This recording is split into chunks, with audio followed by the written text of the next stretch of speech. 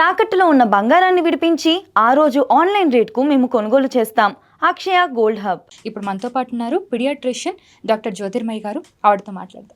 నమస్తే అండి. హలో అండి, నమస్తే. So let us discuss stages నుండి మాట్లాడదాం. Yeah. మనం బేసిక్గా బేబీ పుట్టిన తర్వాత కాకుండా బేబీ మదర్ స్టమక్లో ఉన్నప్పటి నుంచే ఈ స్టేజెస్ అన్ని స్టార్ట్ అవుతాయని అంటూ ఉంటారు కదా. Yeah. సో బేబీని ఇంకా కనబోతున్నాం అని అనుకున్నప్పటి నుంచి పేరెంట్స్ తీసుకోవాల్సిన జాగ్రత్తలు ఏంటి?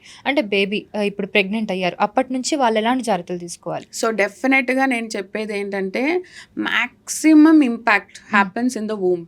సో బేబీ పొట్టలో ఉన్నప్పుడే, కన్సీవ్ అయినప్పటి నుంచి ఎవ్రీథింగ్ పాసెస్. మదర్ ఎనర్జీ ఎలా ఉంది, mother how is she feeling. So అందుకే మదర్ హ్యాపీగా ఉండాలి, కూల్గా ఉండాలి. సో ఇవన్నీ చెప్తూ ఉంటాం, ఎందుకంటే తెలియకుండా it effects the babies health also inside. So overall baby growth. So అన్నిటికీ ఒక సైంటిఫిక్ రీజన్ ఉందండి. సో ఇప్పుడు కూడా మెంటల్ హెల్త్ ఏమన్నా ఇంపాక్ట్ ఉంటుందా? అంటే స్ట్రెస్, మదర్ స్ట్రెస్ పడడం వల్ల there are studies which are showing that stress in pregnancy can cause autism in a child. So ఈ మధ్య కాలంలో ఎక్కువగా సో అలాంటివన్నీ కొన్ని ఫ్యాక్టర్స్ ఉన్నాయి. సో ఫిజికల్ హెల్త్ డెఫినెట్గా కొన్ని కంజనైటల్ అనామలీస్ కానీ ఇవి కానీ. సో ఏంటంటే డెవలప్మెంటల్ స్టేజ్లో ఫోలిక్ యాసిడ్ తీసుకోవాలి మదర్. సో మదర్ టైమ్లీ చెక్స్కి వెళ్ళాలి. సో ఆవిడకి ప్రాపర్ సప్లిమెంట్స్ తీసుకోవాలి. ఆవిడ sleep important, mother sleep, her diet is important. So ఇవన్నీ డెఫినెట్గా it is formative. So 9 months పొట్టలో పెరుగుతున్నారంటే కేర్ తీసుకోవాలి కదా. సో అది మదర్ ఓన్లీ ఫుడ్ తింటే సరిపోదు. సో 2 పిల్లలు ఇద్దరికి సమానంగా తినాలి అంటారు, అంత కూడా అవసరం లేదు. దానికి తగ్గట్టు important. So overall well being, mother activity is also important. So only rest తీసుకుంటేనే సరిపోదు, మదర్ కూడా వాకింగ్ చేయాలి. Because exercise and small walks, talking to friends, all these releases good hormones. So recent టైమ్స్లో ఎక్కువగా వింటున్న పేరు ఆటిజం. ఆటిజం కిడ్స్ అనేవాళ్ళు చాలా పెరిగిపోయారు. సో ఎందుకు ఆటిజం అనేది పెరిగిపోతుంది చిన్నపిల్లల్లో? సో ఒకటి ఇది ఎప్పటి నుంచో ఉంది. బట్ ఫస్ట్ ఇంపార్టెంట్ రీజన్ ఏంటంటే డాక్టర్స్ అందరం we are able to diagnose better. Okay. So దీని గురించి అవేర్నెస్ పెరగడం వల్ల దాన్ని డయాగ్నోసిస్ చేస్తున్నాం. ఇది వరకు మామూలుగా మాటలు స్లోగా వచ్చాయి అనేవారు. అవును. సో ఇప్పుడు ఏంటంటే దానికి అందరికీ అవగాహన పెరిగింది. సో డయాగ్నోసిస్ కూడా ఎక్కువ అవుతుంది.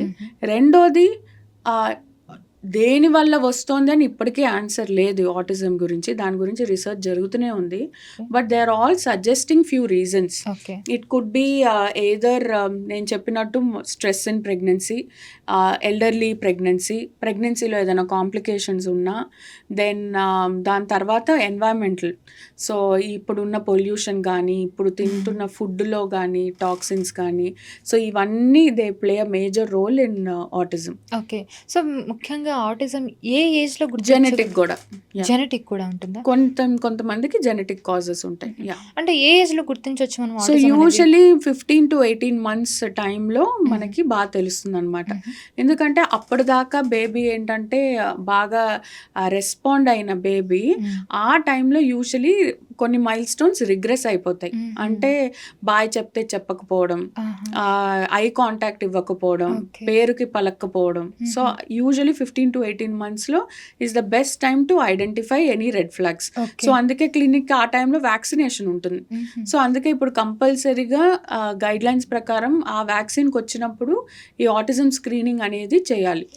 చేస్తే ఎర్లీగా డయాగ్నోస్ చేస్తే బెటర్ రిజల్ట్స్, అంటే ఎర్లీగా థెరపీ స్టార్ట్ చేయొచ్చు, ఎర్లీగా మంచి రిజల్ట్స్ వస్తాయి.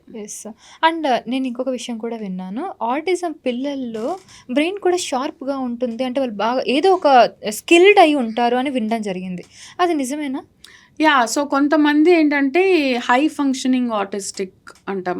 సో హై ఫంక్షనింగ్ అన్న వాళ్ళు మీరు చెప్పినట్టు ఒక ఏరియాలో they are very good.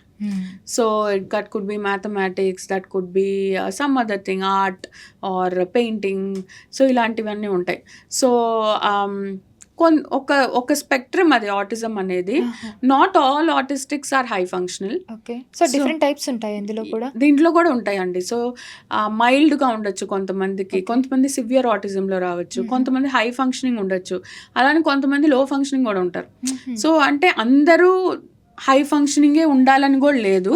But డెఫినెట్గా one part they are high functional. Okay. Yeah. So ఇప్పుడు ఆటిజంని క్యూర్ చేయగలమా కంప్లీట్‌గా? Is it possible to cure autism? బేసిక్‌గా ఒక వర్షన్ ఏంటంటే it is not a disease to cure అని కొంతమంది అంటారు. అదొక డిజీజ్ అనేది కాదు. It is that their brain is made differently. Okay.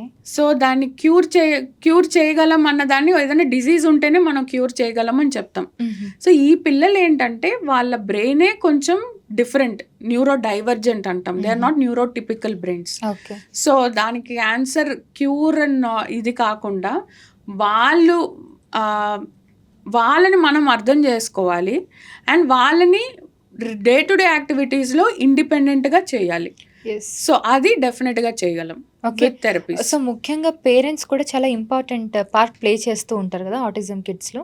So parents ముఖ్యంగా ఏ విధంగా ఉండాలి? Parents important.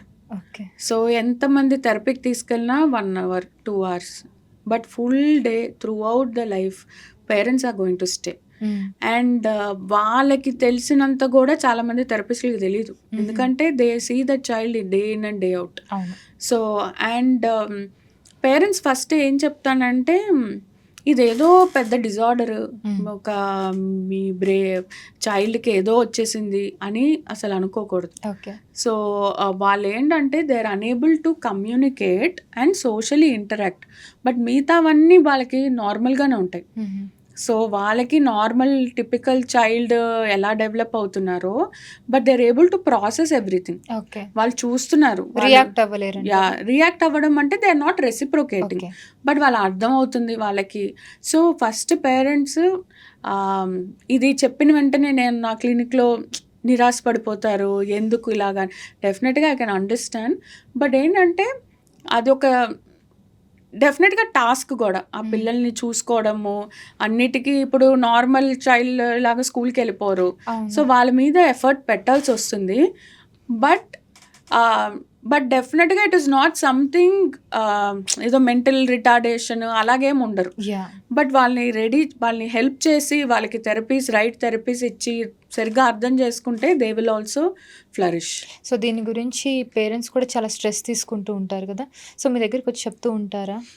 డెఫినెట్గా అండి. అంటే వాళ్ళు కొంతమంది దే వెరీ గుడ్, వాళ్ళు యాక్సెప్ట్ చేసి దే హ్యావ్ ఇప్పుడు కొంతమంది పిల్లలైతే స్పెక్ట్రమ్ ఆటిస్టిక్ అని పేరెంట్స్ చెప్తే గానీ నాకు తెలీదు. ఓకే. సో అంతలాగా వాళ్ళు ఇదయ్యారు, they going to regular schools and all that.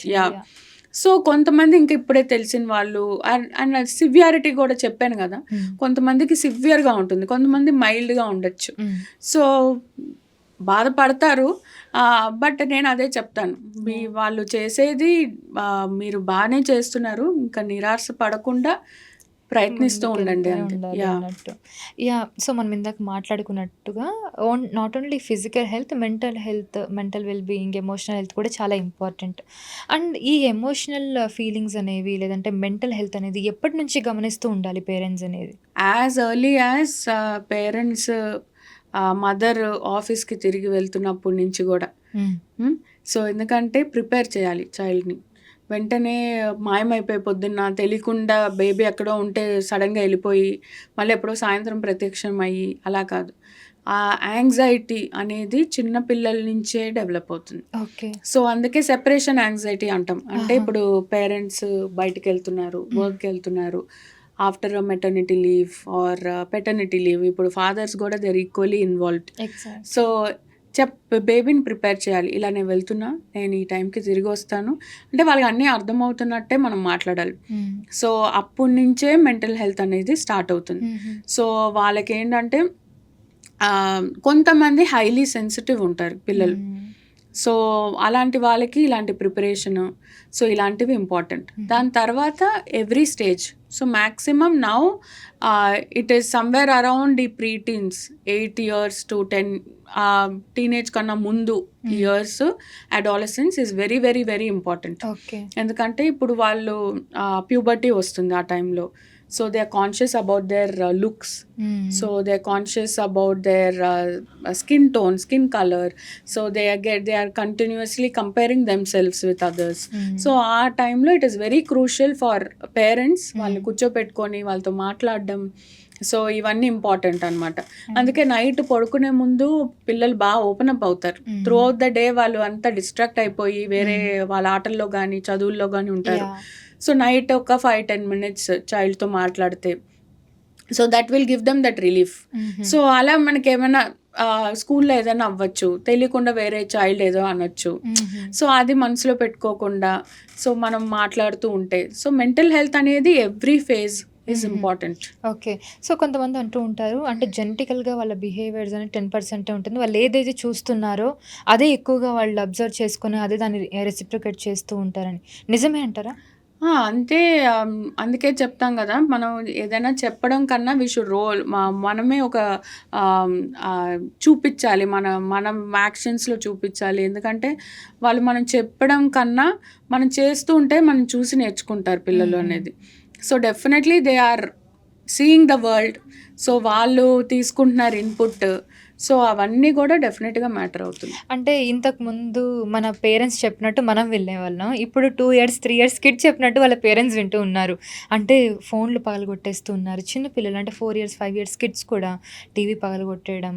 So ఇంత కోపం, ఇంత అగ్రెషన్ చిన్నపిల్లల్లోనే మనం చూస్తున్నాం. ఎందుకు వాళ్ళకి అంత అగ్రెసివ్ బిహేవియర్స్ వస్తున్నాయి? సో బేసిక్గా ఏంటంటే ఇవన్నీ ఫార్మ్ ఆఫ్ అడిక్షన్. సో ఏదైనా టీవీ ఆపేసాము because they so addicted to it. మనం ఆపేసామంటే వాళ్ళకి కోపము, యాంగర్ ఇవన్నీ వస్తున్నాయి. సో బేసిక్గా నేను ఏం చెప్తానంటే ప్రతి family, it is not very easy. నాకు నా పిల్లలు ఉన్నారు. బట్ ఏంటంటే what I try to do is to set routines, to set discipline. So this వీకెండే నీకు గేమ్ కానీ, లేదా నువ్వు ఈ టైం టు ఈ టైం నీకు టీవీ టైం.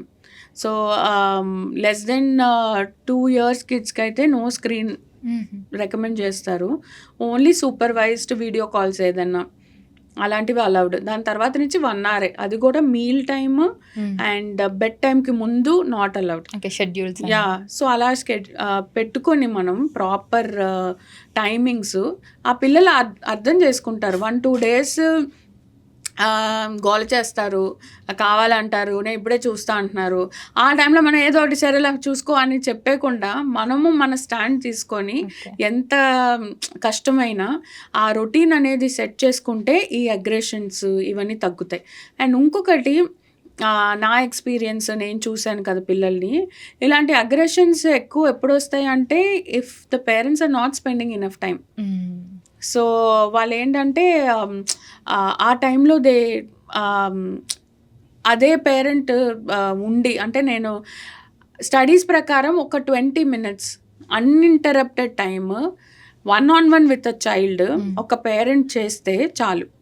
ఆ 20 minutesలో ఫోన్ ఉండకూడదు, మీరేమీ గైడెన్స్ ఇవ్వకూడదు, ఇది చేయి అది చేయి కాకుండా ఆ బేబీ ప్రపంచంలో మనం వాళ్ళతో పాటు ఉంటే సరిపోతుంది.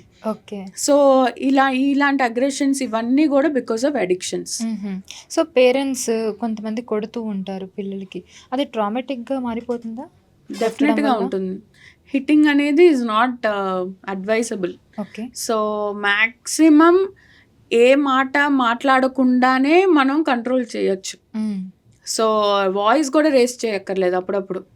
సో ఒక పిల్లలకి మనం వాళ్ళు అరుస్తున్నారని చెప్పి మనము అరిస్తే we are modelling them, we are showing them that shouting is okay. But మనం ఆ టైంలో మనం కంపోజ్డ్గా ఉంటే, మనం కామ్గా ఉండి స్టర్న్గా, అంటే మనం నవ్వకూడదు అలా అని చెప్పి కోప్పడకూడదు, బట్ మన స్టాండ్ మనం తీసుకుంటే వాళ్ళు అర్థం చేసుకుంటారు. ఓకే, అమ్మ ఇప్పుడు కోపంగా ఉంది. అంతేగాని వాళ్ళు అరిచారని చెప్పి మనం అరిస్తే it doesn't make sense. So మీరు చెప్పినట్టు parenting is not easy. So మనం చిన్నప్పుడు మన పిల్లల్ని విన్నాం, ఇప్పుడు మన పిల్లల్ని పెంచడానికి again we need to learn things. So that is definitely hard. But ఏంటంటే ఇవన్నీ చేయడం వల్ల we are saving our kids from trauma or వాళ్ళ future is going to be bright. So బ్రాటప్లో ఏ చిన్న థింగ్ వాళ్ళని ఎఫెక్ట్ చేసినా అది ట్రామాలో మిగిలిపోతుందా చిన్నపిల్లలకి? ఇంకా కొంతమందికి ఉంటుంది, బట్ అది చెప్పలేము అందరికీ ట్రామానే అవచ్చు అని. కొంతమందికి they don't even remember few things. So చిన్నప్పుడు జరిగినవి. కొంతమంది నేను చెప్పాను కదా హైలీ సెన్సిటివ్గా ఉండొచ్చు, సో వాళ్ళు they can carry it forward.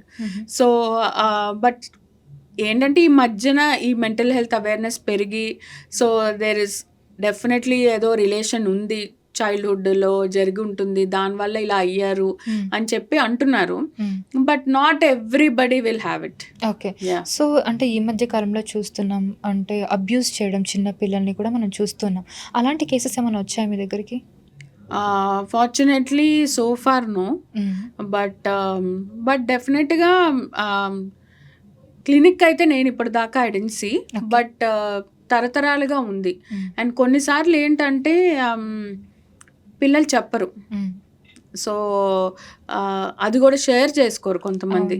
So 1-2 instances మాకు తెలిసిన వాళ్ళ ద్వారా వాళ్ళ పిల్లలకి ఏదో జరిగింది విన్నాను కానీ, అండ్ బట్ డెఫినెట్గా ఇట్ ఈస్ దేర్.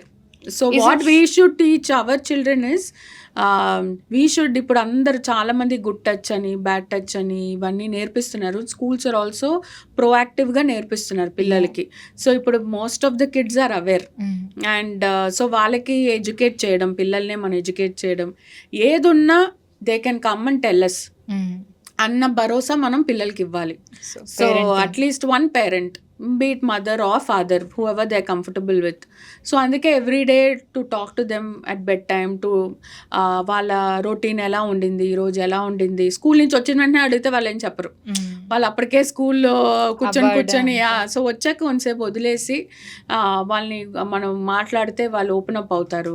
సో మనం కూడా ఫ్రీగా ఉండాలి. మనం ఏదో స్ట్రిక్ట్గా ఉండి అమ్మతో చెప్తే భయం అలా ఇది లేకుండా వాళ్ళు కూడా ఓపెన్ అప్ అయ్యి అన్నీ మనతో షేర్ చేసుకోవాలి అన్నట్టు ఉండి, అండ్ మన పిల్లల్ని మనం ఎడ్యుకేట్ చేసుకోవాలి.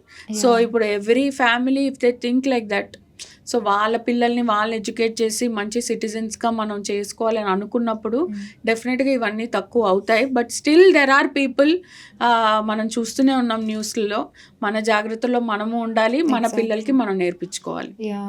So one more thing, stress. మీరు అన్నారు కదా మనం స్ట్రెస్ గురించి మాట్లాడుతూ ఉన్నాం. సో పిల్లలకి చిన్న వయసులో నుండే స్ట్రెస్ అనేది వచ్చేసింది. వాళ్ళే అంటున్నారు నాకు స్ట్రెస్ ఎక్కువైపోయిందని. చిన్న పిల్లలకి ఎందుకు అంత స్ట్రెస్ ఉంటుంది? అంటే స్కూల్లో స్ట్రెస్సా, ఇంట్లో స్ట్రెస్సా, what is it about? So it is బేసిక్గా from what I know is, మనం వాడితేనే వాళ్ళకి తెలుస్తాయి ఈ పదాలు. సో ఐఎమ్ స్ట్రెస్డ్ అని చెప్పడం కానీ ఇది కానీ, అండ్ వాళ్ళు కూడా ఈ మధ్యన స్క్రీన్స్ చూసి కూడా ఇలాంటి వర్డ్స్ నేర్చుకుంటున్నారు. బట్ వాళ్ళకంత స్ట్రెస్ ఉండేది ఏమి ఉండదు అన్లెస్ అంటిల్, అండ్ ఏంటంటే ఇప్పుడు వాళ్ళు అదేదో మనందరం వాడుతున్నాం కాబట్టి వాడుతున్న పదాలు తప్పించి నిజంగా వాళ్ళకి ఆ స్ట్రెస్ అంటే ఏంటి కూడా వాళ్ళకి తెలియదు. బట్ ఒక్కటి నేనేమంటున్నానంటే, మన పిల్లలు చూసుకుంటే డెఫినెట్గా వాళ్ళ school timings are much earlier. ఇప్పుడు నా చిన్నప్పుడు నా స్కూల్ 9 o'clock. సో ఇప్పుడు వీళ్ళు 7:30కే బస్సు ఎక్కడాలు. అండ్ అలా చూసుకుంటే ఈ జనరేషన్ పిల్లలు బాగా చేస్తున్నారు. సో స్పోర్ట్స్లో అందరూ చాలా మంచిగా ఆడుతున్నారు, ఇన్వాల్వ్ అవుతున్నారు, అకాడమిక్స్లో బాగా చేస్తున్నారు. They are very good confident speakers, they curious learners, అంటే బాగా మైండ్ పెట్టి, ఎందుకు ఇదివరకు ఇంతకు ముందు అకాడమిక్స్ ఏంటంటే క్వశ్చన్కి ఇది ఆన్సర్, ఈ క్వశ్చన్కి ఇది ఆన్సర్ అలా నేర్చుకున్నాం. ఇప్పుడు వాళ్ళు అన్నిటికీ ఎందుకు, వై అని కాన్సెప్ట్స్ నేర్చుకోవడము. ఇప్పుడు స్కూల్స్ కూడా చాలా బాగుంటున్నాయి. సో ఇవన్నీ ఉన్నాయి. బట్ స్ట్రెస్ అనే వాడుక వాళ్ళు మెయిన్గా ఇట్ ఈస్ ఓన్లీ ఏదో అదొక పదం నేర్చుకున్నారు కదా అని వాడడం తప్పించి ఐ డోంట్ థింక్. సో కొంతమంది పేరెంట్స్ కూడా ఇలా ఉంటూ ఉంటారు కదా, అంటే నువ్వు అంటే ఆ అబ్బాయి బాగా చదువుతున్నాడు, ఈ అమ్మాయి బాగా చదువుతుంది, నువ్వెందుకు ఇలా ఉన్నావు అంటే. చదువులో కూడా స్ట్రెస్ చేసే వాళ్ళు ఇంకా ఇప్పటికే ఉన్నారు. అంటే స్పోర్ట్స్ బాగా ఆడుతున్నా కూడా ఆటలు ఎందుకు, నువ్వు చదువుకోవచ్చు కదా అన్నట్టు స్ట్రెస్ చేసే వాళ్ళు ఉంటారు. వాళ్ళకి మీరేం చెప్తారు? డెఫినెట్గా కంపారిజన్ అయితే చేసుకోకూడదు. మీ ఓన్ చైల్డ్ ప్రీవియస్ ఎగ్జామ్కి ఈ ఎగ్జామ్కి కంపేర్ చేసుకుంటే అది మంచిది.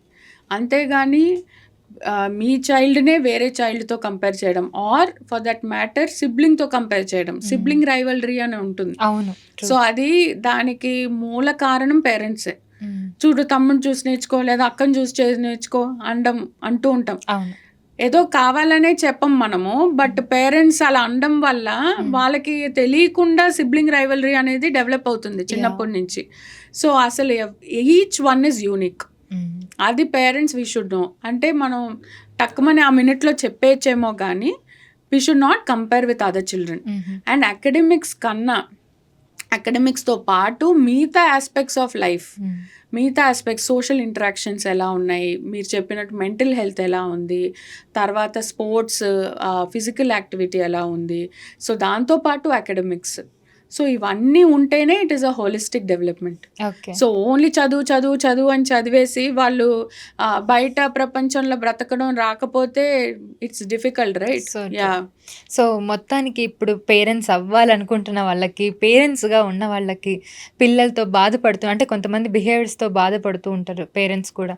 సో వాళ్ళందరికీ మీరేం చెప్దాం అనుకుంటున్నారు ఈ సందర్భంగా?